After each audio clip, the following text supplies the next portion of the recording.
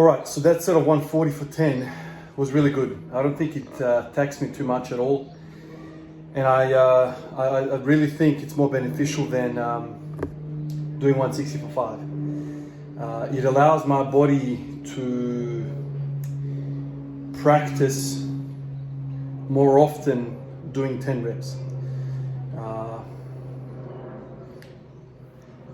If I think about what's been stopping me from going on to more reps on the 180s, it's the burn. It's the burn. It's the metabolic stress I feel. A few times it's been my upper arm, like shoulder. So instead of me looking for different exercises, farmer's carry, this, that, the other, maybe I just have to practice more often. Every single day, do a set of 10. Yesterday I did 120 for 10. Today I did 140 for 10. I guess I'll have to see how I go tomorrow with the 180 AMRAP. But today felt rather okay with 140. This is where you kind of have to plan things out, right? I mean, I could do 160 for 10, I could do lots of different things, but I just have to kind of gauge on how much I can push without impacting the 180 too much.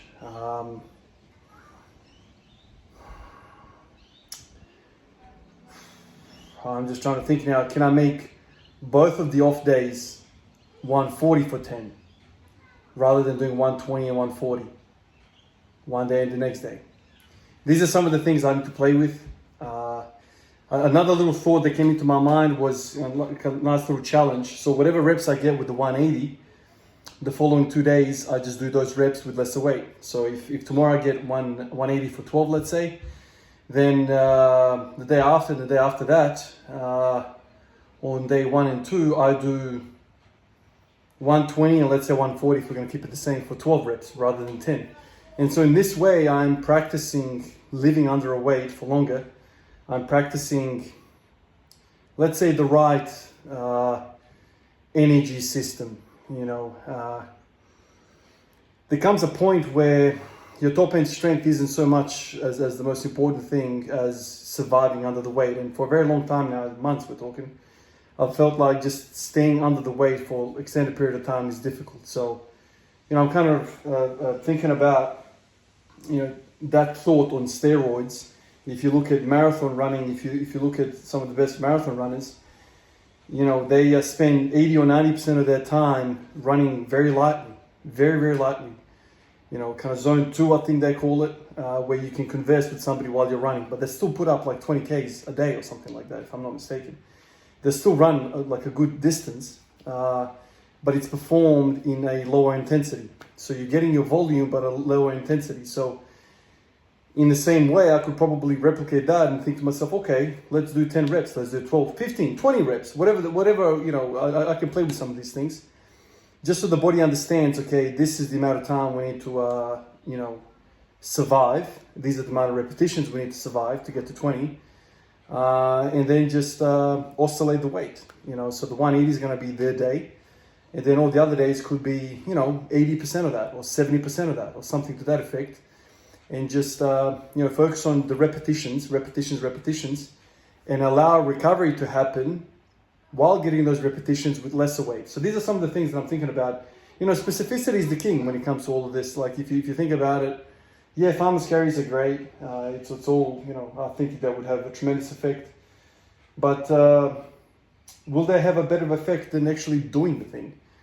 Doing the high specificity thing? And this is kind of the thought process with me right now. I mean, the 140 felt really good today. Really, really good today, which tells me that I'm kind of recovered a fair bit. Whereas yesterday, the 120 felt, I felt, damn, okay, I'm not sure I'm going to go 140. That's what I felt yesterday, but 140 went really well today. So it was just the bleeding over effect of the fatigue from the day before, doing the 180.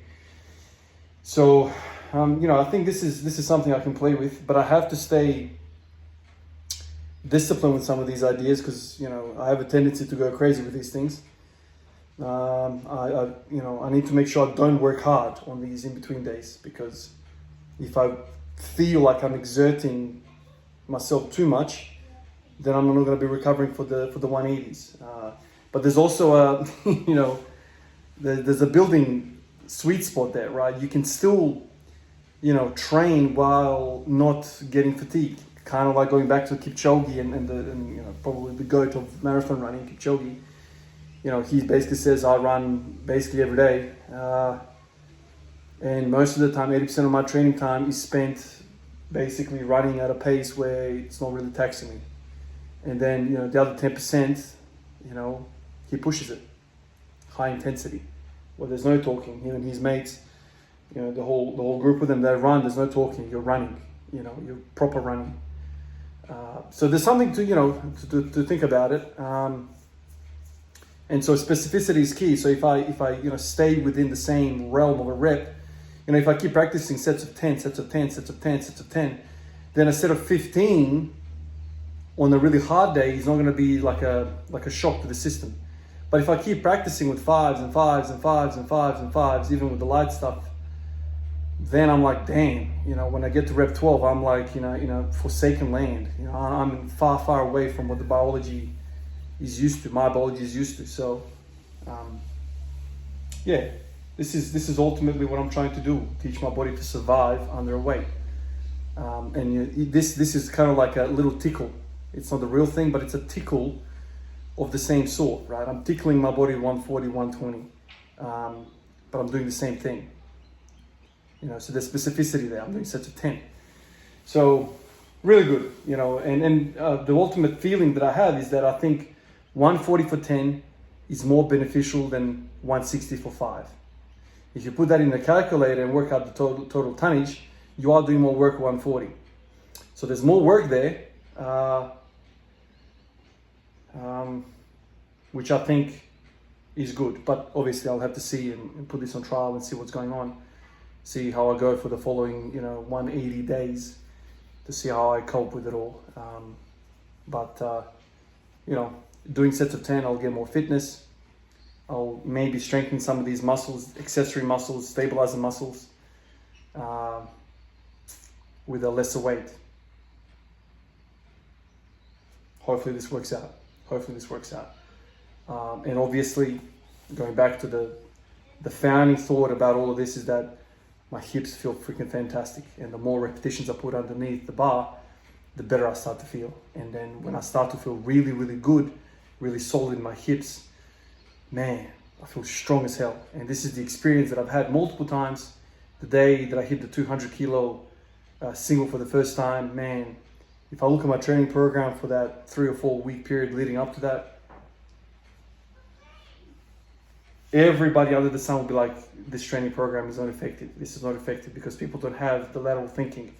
How can a bodyweight squat improve your 1 rep max? What can I tell you, man? I have experience with this very, very, very thing. So even though you might feel really weird doing bodyweight squats and taking the damn barbell for 100 reps, or 50 reps, whatever I was doing, I spent like so many days just doing the barbell for 50 reps. That was my warm-up. And that thing would burn me up. And that burning sensation to the quads, hamstrings, lower back, with next to no weight, was translating to the 200 kilo for 1. So, and on top of all of that, what triggered this whole thought is I'm feeling healthy. So think about this. I'm doing lightweight, so let's just say I'm doing more volume, more repetitions at a lesser percentage. I'm getting healthier and stronger at the same time. And I've set some of my best PRs doing this. So tell me what the advantage is of doing singles all the time? 2s and 3s? Oh, on top of all of that, my appetite has been going through the roof since I started yesterday, since I did the set of 10. Just want to eat. So I'm getting bigger, I'm getting healthier, and I'm getting stronger. What more can you want, man? That's a complete package in my opinion. The only thing that's probably negative is that ego hit maybe. Kind of sucks to see 3 plates on there and not more. But I'm happy with that. 180 is my top weight now for the next freaking God knows how long, until I hit 180 for 20. Who knows? I might take 180 to 30. I'm completely divorced from this idea of chasing plates now. Let's just build a damn base. Once I get to 180 for 20, I know my capacity for strength is going to be through the roof. And then just a little peaking period, and then voila, the plates come on. So in my mind, I'm like, build a base which can take you to 300.